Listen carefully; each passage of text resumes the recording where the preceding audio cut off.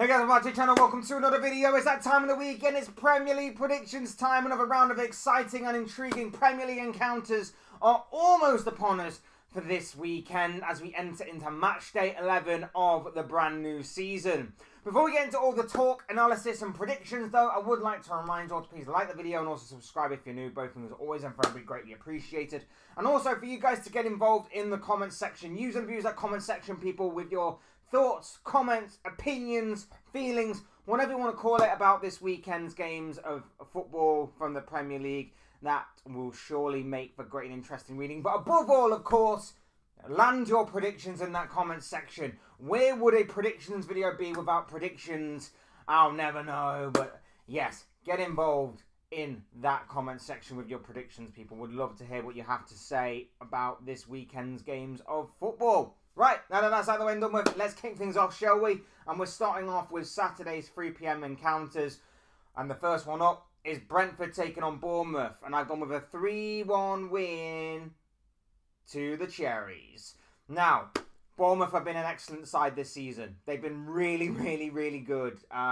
They have proven that their progression under Andoni Iraola is not a one season wonder thing as of right now. They are continuing to progress. They're continuing to evolve.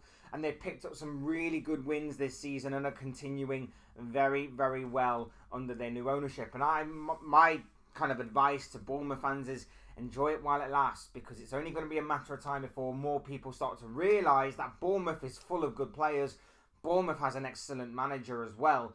And your club might get ransacked by some of the bigger clubs in the league. I'm just saying. Enjoy it while it may last, Bournemouth fans. But for the here and now, they are going excellently well. And I think that they will get a win over Brentford, continuing on their good form from last week, where, of course, they beat Manchester City, albeit by 2-1. But the scoreline didn't really have a fair reflection on the game. Bournemouth absolutely battered City. And if it weren't for some awkward finishing on the day, let's put it that way, could have actually been more. It could have been more in Bournemouth's favour. They come up against a Brentford side who on their day we know can be amazing and can be great to watch and can be really tough to beat. But I just think Bournemouth will have enough about them to get the job done. Wouldn't surprise me if Brentford did get something from this game. We know that, like I say, on their day they can be really good going forward. The counter-attack really working in their favour. The likes of Vissa and Embuemo, especially, that kind of partnership is dangerous at times. But following on from their 2-1 defeat against Fulham on Monday, in which they were about a few minutes away from getting a win, and then in injury time, both Fulham and Harry Wilson especially overturned that game to, of course, give the win to Fulham. I just think Bournemouth will be too much for Brentford to handle, which is why I have gone for a 3-1 win in favour of Andoni Iraola's side. We're moving on to Selhurst Park, where Crystal Palace will await the arrival of Fulham, and I've gone with a 2-1 win to the away side. Now again, Palace can be difficult opposition for most, and of course on their day can turn up and can spoil any sort of party. Fulham have had a really good start to the season, and again, are a bit inconsistent. Then when they're on form, when they're firing on all cylinders, they are really good. They're really good to watch, and they can really be difficult for any team, whether it is to break them down or to stop them from scoring. Palace, on their day, can be the same. Palace coming into this game off the back of a draw last week. 2 games unbeaten now, at least for the Eagles there. Fulham, like I say, and a very good start to the season. I've gone with Fulham to win again, carrying on their form from the win, and a dramatic win at that against Brentford on Monday. I just think that they'll have enough firepower in the final third to get the job done. So I've gone with a 2-1 win to Fulham. But again, I wouldn't be surprised if Palace were to get something from this game. It's not out of the realms of possibility, and it's certainly an opportunity for Palace to take. Next, moving on to the London Stadium, where West Ham and Everton will clash.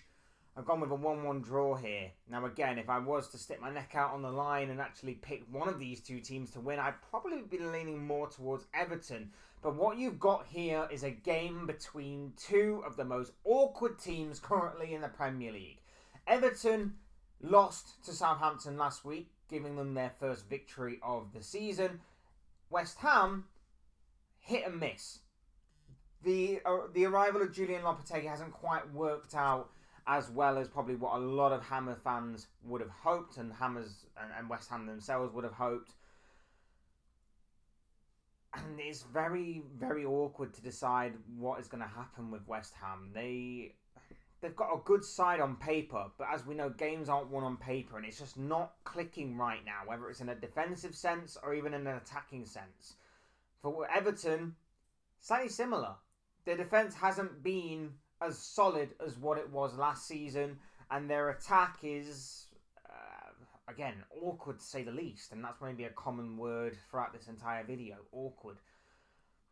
I wouldn't be surprised whichever way this game goes. I'd be leaning more towards Everton to win this if I had to pick a winner, so I guess calling it down the middle may be the safe bet. Gone 1-1 come the final whistle. Next up, Wolverhampton Wanderers are taking on Southampton at Molineux. And I've gone with a 2-1 win to Wolves, meaning that I believe Wolves, at the 11th time of asking this season, will get their first victory of the campaign. I think they'll get it done. I think they put in a real shift these past few weeks. Haven't got enough to show for it. But I think that if they continue, I think with a much more favourable fixture list coming up, especially after this game, I think Wolves can start putting some points on the board, and this will be a very good start for them. And I think this will be the ideal moment for Wolves to get the ball rolling on that and to get 3 points on the board. It's not going to be easy. It's not going to be easy by any stretch of the imagination, but I firmly believe that Wolves, if they continue to show the hard work that they have, it will eventually pay off, and they will eventually get their first win of the season. Southampton, of course, picked up their first win of the season last week against Everton. They'll be looking at trying to make it back-to-back wins for the first time in the Premier League since their return. And again, there is certainly an opportunity there for the Saints to take against a side that haven't won all season. But I've gone with Wolves. I think Wolves just about edge it here, and I think that given the firepower that they have at their disposal and the work rate, especially in midfield, I think Wolves will just about get the job done. I think Wolves will just about get the job done. Moving on. Saturday's evening game.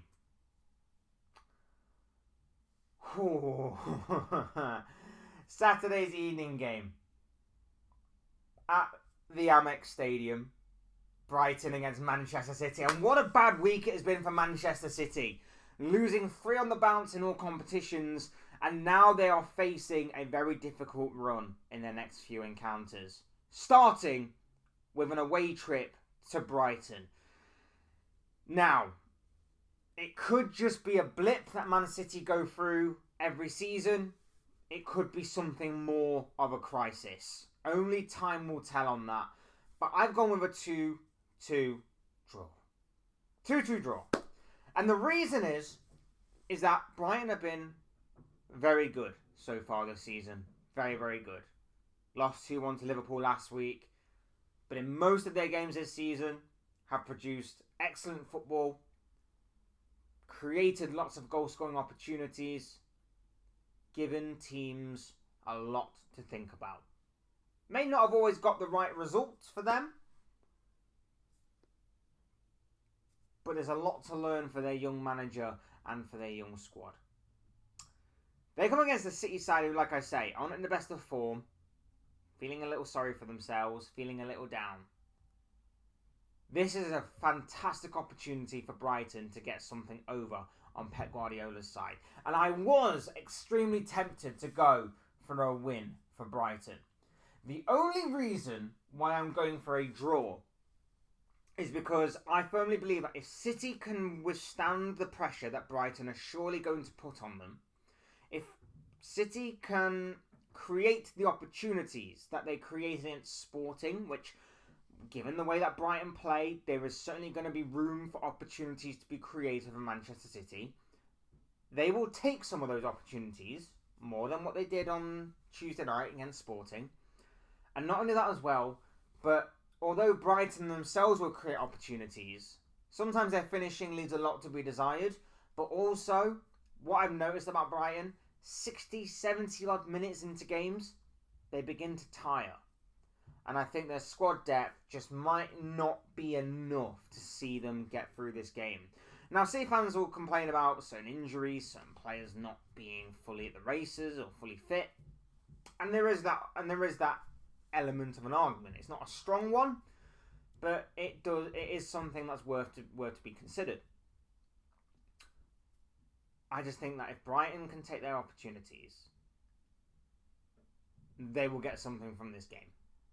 They will certainly get something from this game, in my personal opinion, because at the moment, City lack control, and that is going to play into Brighton's hands. There's no control in the midfield. They are leaking chances left, right and centre, and Brighton will certainly thrive upon that. Mitoma on the left. Danny Welbeck in some good goal-scoring form as well.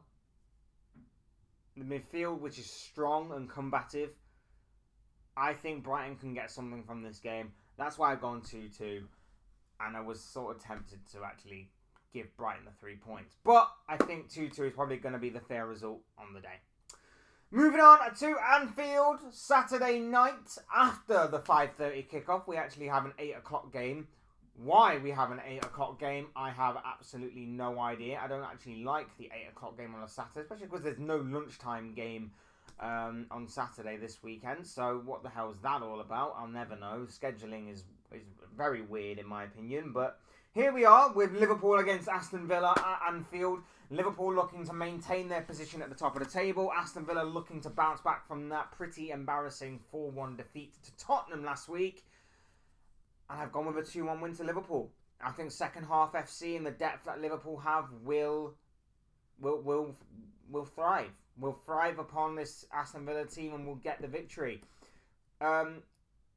Liverpool normally don't turn up to the second half anyway. The first half is normally like a feeling out kind of session. They normally have like 45 minutes to work out the opposition, work out how their game plan is, work out how they're set up. And then in the second half, Slot makes a few tweaks and goes, right, this is what we need to do to combat their threat. This is what we need to do to break them down. Go out there and execute that game plan. And to be fair, so far this season, for the most part, it has worked. It has somewhat worked. And I'm expecting that again here today, or in this game. I'm expecting Liverpool to win. I'm hoping Liverpool will win. It's not going to be an easy fixture by any stretch of the imagination. We know how well Aston Villa can play. But what I am expecting is that Liverpool's strength and depth, which I think is superior to Aston Villa's, their endurance to go the full 90 minutes, and the way that Slot sets his team up to adapt to any situation will be enough to see Liverpool get the job done and control the game in a very measured way to win for the Reds. Fingers crossed that does happen. I'm hoping it does, but this is going to be a very intriguing and very exciting game. Obviously, I've got a horse in this race. I'm obviously going to lean more towards Liverpool, so I'm hoping for a 2-1 win to the Reds in this one. Fingers crossed. Fingers crossed. Moving on to Sunday's games, and first up, we're at Old Trafford for Manchester United against Leicester City, and I've gone with a 2-1 win to Manchester United. The last game before Ruben Amorim takes official charge of the Red Devils. Now, again, it's not out of the realms of possibility for Leicester to get something from this game. This is Manchester United after all. It's not out of the realms of possibility. And of course, United will be playing midweek in the Europa League. That could put an extra 90 minutes in the legs of those players that don't necessarily want it. But it also could give United some momentum, especially if they win that game on Thursday. It's going to be a big game nonetheless. Not out of the realms of possibility for Leicester to get something, but I just think with the uplift that they've had with the Erik ten Hag sacking, the Ruben Amorim appointment, and of course Ruben van Nistelrooy taking charge of a couple of games with United already so far, I think United will get the job done. They'll get the 3 points, and they'll put Leicester to bed. Now, obviously, we know Steve Cooper's side can be difficult to play against. We know that they can be awkward, and we know Jamie Vardy especially will be looking at this game and wanting to spoil the Man United party. But with the match winners that they have at their disposal, the individual talent that Manchester United have, maybe even a little bit of the better depth of them in comparison to Leicester, I think United will get the job done. I think United will get the job done, and that's why I've got them to win 2-1 in this one. Next up, Nottingham Forest against Newcastle, the in-form top 4 Nottingham Forest taking on Newcastle. I just had to sit there and go, wow, Nottingham Forest are in the top 4. It's still incredible to me. I've got them to draw 1-1. Now, this game could go any which way. Forest have been in some scintillating form this season. Forest defensively have been solid. And going forward, they are looking very dangerous. And Chris Wood especially is arguably the most informed striker in the Premier League. And not just from this season, but for the past couple of years. Didn't they buy him for 15 million or something from Newcastle? People were laughing their heads off at that. People were like, how the hell have they got that much money? Well, look who's laughing now. Look who is laughing now. It's certainly Forest and their fans, as Chris Wood is doing exceptionally well, and a lot of fantasy football managers have him in their teams, myself included. I've gone with a 1-1 draw. Now, Newcastle will still be buzzing from last week's victory over Arsenal. 1-0, Alexander Isak. Fantastic performance by Newcastle in that one. Brilliant to see them on the industrial side of things. They worked their socks off to get that 3 points, and they very much deserved to win. They're coming against the Forest side, who are very difficult to play against, like I say. Nuno Espirito Santo has got them set up brilliantly so far this season. They are very difficult to break down, and they're very difficult to stop once they get some momentum going in their favour, especially when they're going forward. I just think there is a possibility there for Forest to continue their good run of form with another win here. I've gone down the middle. I've gone with a draw. I'm finding it difficult to predict this game, so I went down the middle. I went with a draw. I'm hoping that this game will produce goals, but again, given Forest's good structure defensively, and given the possibility of the headache Eddie Howe now has, does he keep with the same squad that obviously played against Arsenal, or does he see Forest as a bit more of a favourable game, with all due respect to Nottingham Forest in comparison to Arsenal? So maybe he tweaks some things. Maybe Sandro Tonali comes back in the team. Maybe he puts Harvey Barnes and Anthony Gordon on the wings. There's a lot there for Eddie Howe to consider. There's a lot there for Nuno to consider as well. So I'm very much intrigued by how this game will go, which is why I've gone 1-1. But again, could go any which way, and I'm very much excited to actually see this one. I think this could go a little bit under the radar this week, considering there are other big games right the way throughout the Premier League, but this one is certainly one that I'm personally looking forward to, outside of my own team and outside of some of the bigger games. This one certainly could be an underrated game this weekend. Moving on, Tottenham Hotspur Stadium awaits the arrival of Ipswich Town as they go up against Tottenham at the Tottenham Hotspur Stadium, ironically, strangely, surprisingly, weirdly. Anyway, you get my point. I've gone with a 3-1 win to Tottenham. Now.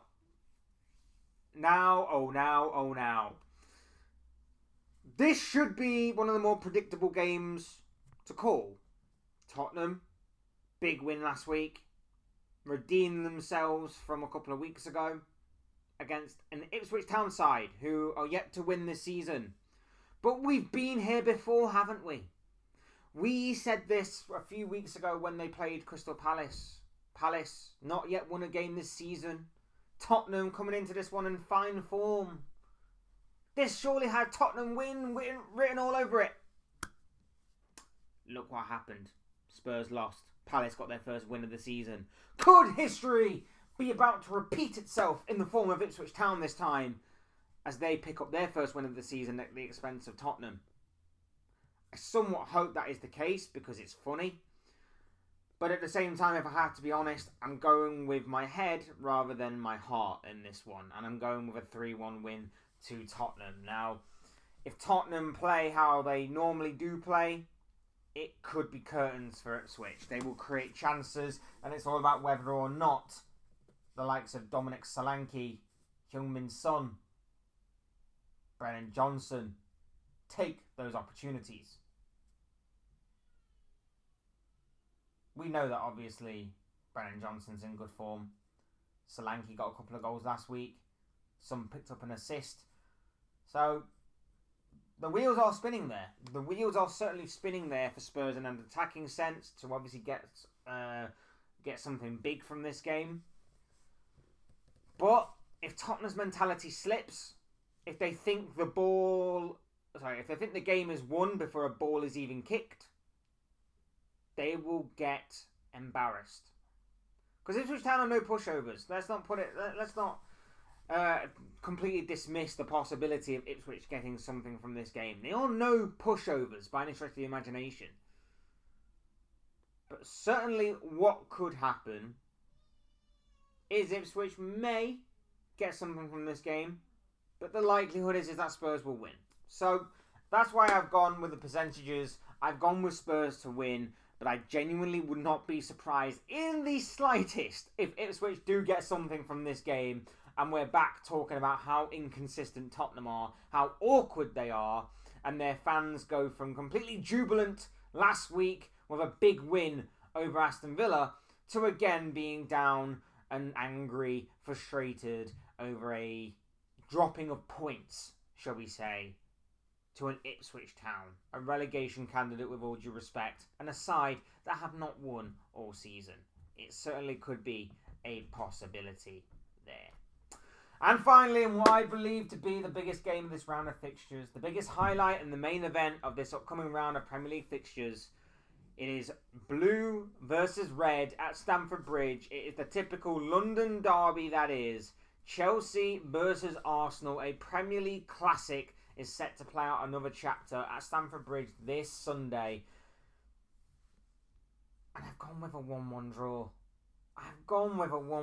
And again, I have no idea what game is going to play out here. Arsenal are in a bit of a rut themselves. Arsenal are in a bit of a mini crisis, shall we say. Now, that mini crisis is going to come to an end one way or another. Mini crisis is either going to end this Sunday with a win over Chelsea, and fans will be a little bit more relieved and a little bit more relaxed, maybe going into the international break. Or they could drop more points, and going into the international break is going to be an extremely long 2 weeks for those Gunner fans. Either way, it's going to be a very intriguing game. Chelsea last week weren't at their best against Man United, but outside circumstances may have played their part in that.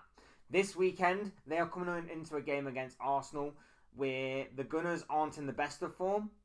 They obviously lost.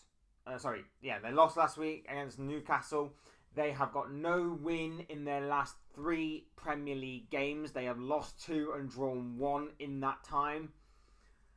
Chelsea should fancy their chances of getting something from this game. A win isn't out of the realms of possibility. But Chelsea should certainly fancy their chances. And this could be a very good measuring stick for how far Chelsea have come under Enzo Maresca so far. They gave Liverpool a good run for, I was going to say run for their money, but Chelsea are obviously much more richer. But you get what I mean. They gave Liverpool a really good game a couple of weeks ago. Now it's the turn of Arsenal. Now it's the turn of a London derby. And now it's the turn of their fierce rivals. Chelsea should be smelling blood here. The possibility of them being no Declan Rice, the possibility of some of their star players not being fully fit, obviously the possibility of the Chelsea team being able to rotate in their Europa Conference League game in comparison to Arsenal, who face a tricky away tie with Inter Milan away from home this week, could also be a factor to play into account this week as well. There are certain things that are heading in Chelsea's favour. Now, it won't be an easy game for either side, of course not. But it's going to be interesting to see how both teams adapt. Does Mikel Arteta roll the dice? Does he go with an Ethan Nwaneri? Does he maybe throw Martin Odegaard back into the mix? We know he's been back in full training this week. Does he throw him in instantly? Is he that desperate to risk Odegaard in such a massive game in which he is expected, or going to be expected, to hit the ground running straight away? Big questions asked of the Arsenal manager. And for Chelsea, will they play their usual game? Will they adapt? Will the likes of Cole Palmer turn up? Will Nicholas Jackson once again get on the score sheet? And will they sort out a defence which is so awkward and leaky that they need to tighten up? Because this Arsenal side can punish them if they get the opportunity to do so. Massive questions asked of both sides. An intriguing game lies ahead at Stamford Bridge. Really could go any which way. So I called it down the middle with a 1-1 draw. And there you have it. Those are just the thoughts, comments, opinions, predictions, feelings, whatever you want to call it, of this guy. I want to know what you guys think. What do you make of all the games that are coming up this weekend in another round of exciting and intriguing Premier League encounters? Give me your thoughts, comments, opinions, feelings, but most of all, of course, your predictions down below in the comments section. Would love to hear what you have to say about all of those Premier League encounters coming up this very weekend. That's it from me. Hit the like button on the way out if you enjoyed the video. Subscribe if you are new or want to see more content like this. Both things will always and forever be greatly appreciated. Thank you all so much for watching and listening, and thank you all for your continued or even brand new support. It means a great deal to the channel, it means a great deal to me, and it's forever and always appreciated by myself. So thank you all so much for that. I've been Fletch. This has been another Premier League predictions video, and I will see you all again soon in another video or live stream or whatever it may be. Cheers, guys. Thanks everyone for watching. Take care. Enjoy the rest of your day. Speak to you all again very, very soon.